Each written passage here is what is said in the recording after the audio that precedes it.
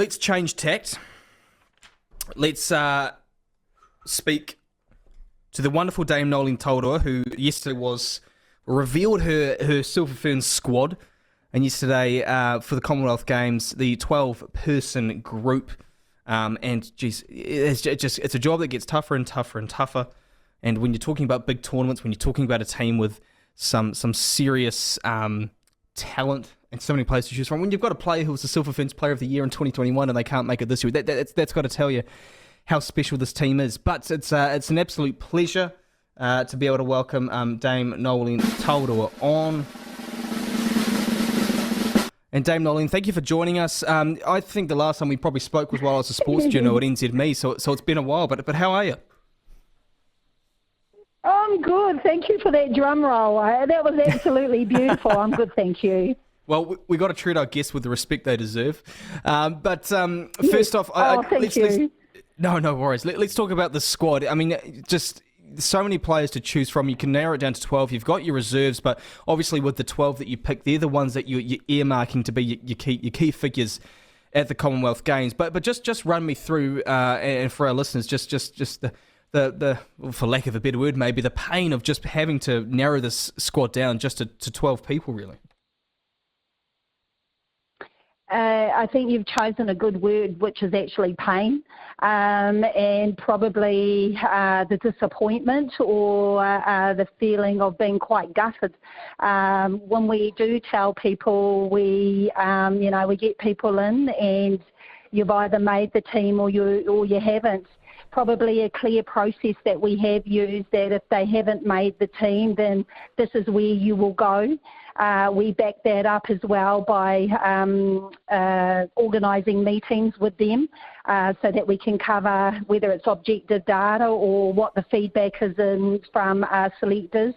And then also we wrap around support, so it is quite a bit of a process. But there are a lot of people, especially in that mid-court, who could have taken the court or been within the 12. And unfortunately or fortunately, I was really looking at specific matrix or specific stats, knowing what we do in the Silver Ferns when we win. So, a lot of things were based on past experiences or time that they've been in the Silver Ferns, or also what's happened over ANZ. So, it's painful. It is really painful to tell people that, that they're either in or not. Yeah, and geez, I'm glad I'm not in your position, because you've got a really strong midcourt, and one of them being your captain and Jenny Crampton. You've got Shannon Saunders, Whitney Souness, Kate Heffernan. From a technical standpoint, what do they bring to the table on court that, say, the players who missed out didn't? Can you just sort of explain that a bit more? Yeah, sure. Our key matrix that we look at, or statistics, and this has taken over the last 2 or 3 years of all the international games, when we win, certain positions do certain things. So our main metrics is either shooters. We need shooters that can put the volume of shots up.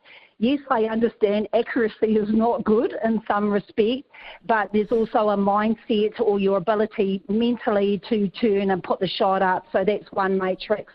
In our mid-court, we're looking for feeds. So when we're getting 40-plus feeds in all positions, whether the wing, attack and centre, more than likely we will win. And also doubled up on that is gain. So when we turn over the ball or get the ball from the opposition, we more than likely will win.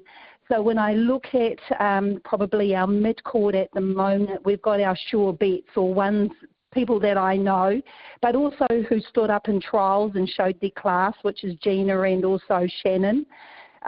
With a Whitney going in there, I've played her at centre before, but between Whitney, Shannon and Gina, they're our top 3 feeders in ANZ, and also the top 7 of ANZ, plus also SSN, which is the international competition in Australia.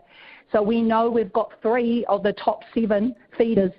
And Kate, she's actually the top 2 in a centre position, and what she offers is defensively very strong, plus also height and the ability to slip back to wing defence.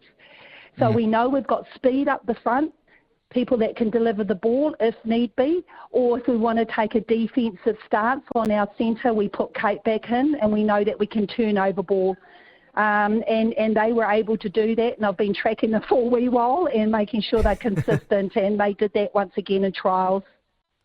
Great. Well, one name that I want to bring up, and it's one I'm sure people have, and no doubt it's a name that you sort of struggled, and we could find her and whatnot, but it was Sam Winders, because this is a player who has been just so key for the Ferns for so long, and we saw it last year when just some sublime performances in the black dress. I mean, it's just such a tricky job when you've just got to leave these people out, but I mean, I'm sure Sam wasn't far off making the team. Oh, definitely she wasn't far. Claire Kirsten is another person that has been within the Silver Ferns environment over the last couple of years, and they actually weren't far.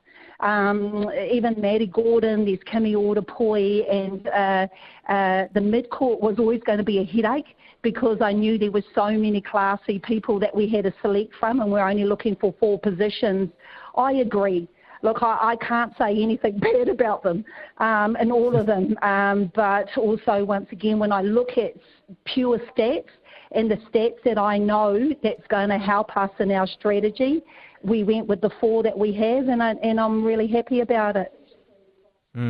Silver Ferns coach Dame Noeline Taurua joins us. One name, she's a reserve, so she's not totally out of the picture, but it's former skipper Amelia Ignacio. Were you tempted to go with reliability in a sense, or someone that you knew had been there and done it before, as opposed to current form with Amelia Ann?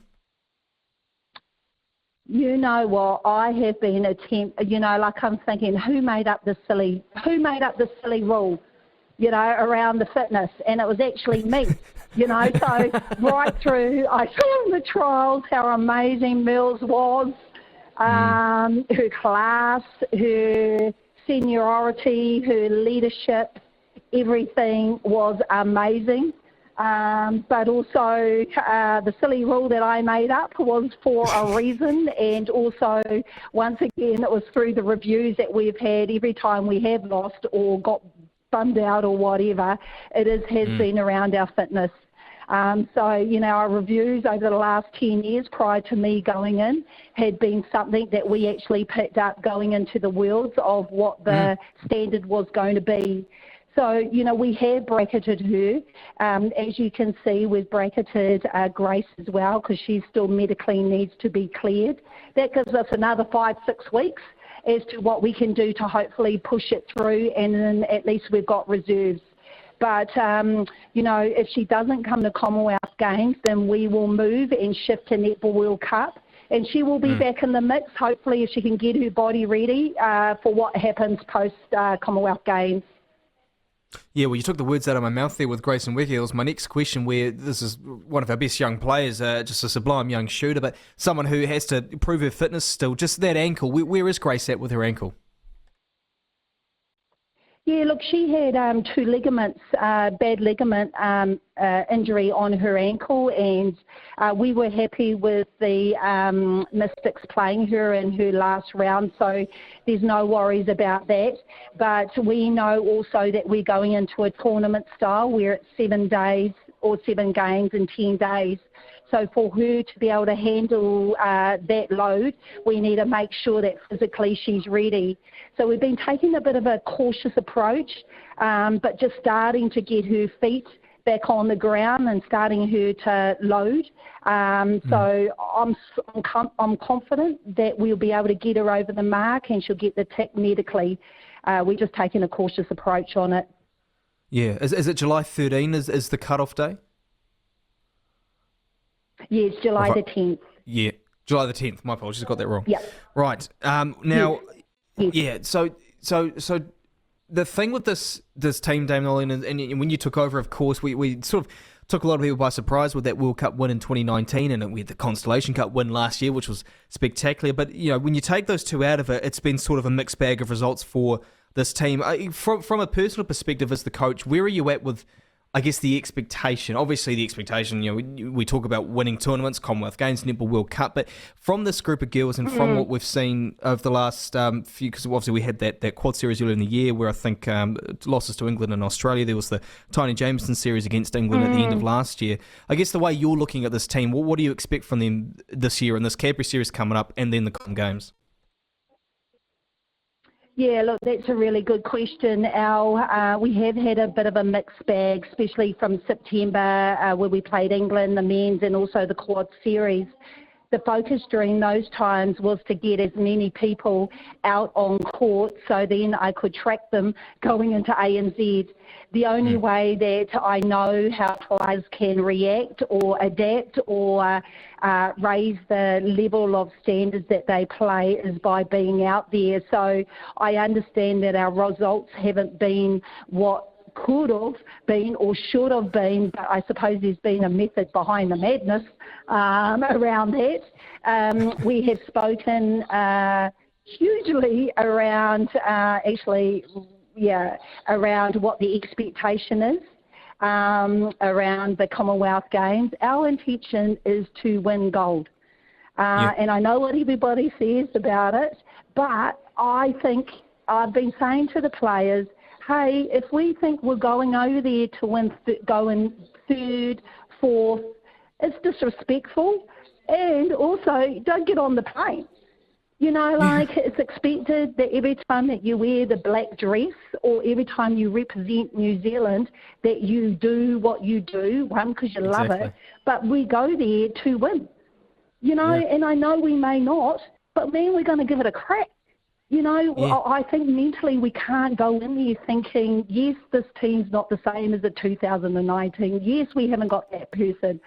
But if we don't go in there with that mentality of killing somebody or actually getting over the line, then we shouldn't be there. I think the offset to that as well is that we have to train like gold medalists. Our standards have to be like gold medalists.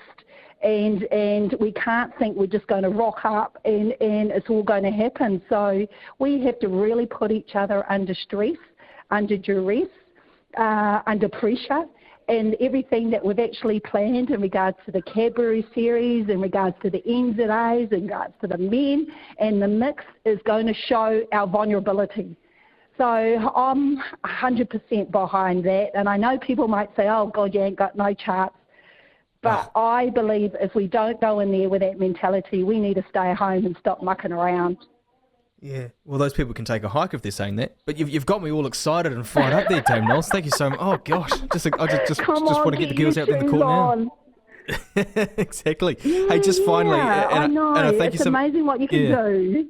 Oh, I thank you so much for your time. I just got one more for you because you guys had the trials last week. I guess just being back in that environment, because one thing about being a coach is when you're, you just have such a love for the game. You do as a player, but when you're a coach, is a sort of a different love for the game, especially when you've moved on from those playing days. But what's it like being in the trials, being in camp, and just being back in your environment and seeing those girls work hard and train hard and whatnot? It just must give you a really, really serious buzz.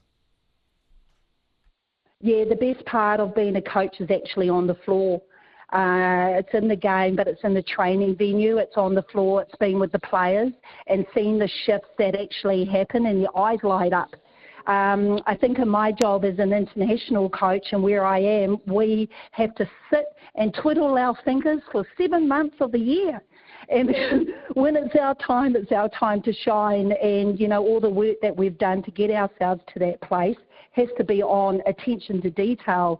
So I love being on court. That's the best part of my job. I don't like the paperwork, but, getting amongst it and putting some fear against the opposition, but also, I suppose, the potential of humans, and that's the most exciting thing.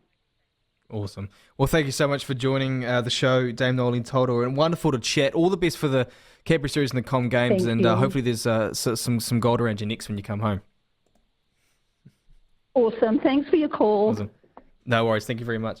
Dame Noeline Taurua joining the show here on the platform. Just wonderful to be able to talk. And I've always said this about the netballers, the coaches and the players and whatnot. It's just always wonderful to chat to them because there's just some real excitement in the way that they talk and the way that they just describe their roles, their jobs and whatnot. And there's often this, and I'll be a bit mean, maybe, and point the finger a bit at rugby players and cricketers. You know, there's a real mundane nature in the way that they just talk about the games and stuff, and that's how they do it. But the netballers, there's just so much more enthusiasm. So lovely to hear from Dame Noeline Taurua there. And when she was talking about getting on the plane, and geez, if you don't think we can win, then don't get on the plane. It was getting me excited. Oh gosh, getting me excited.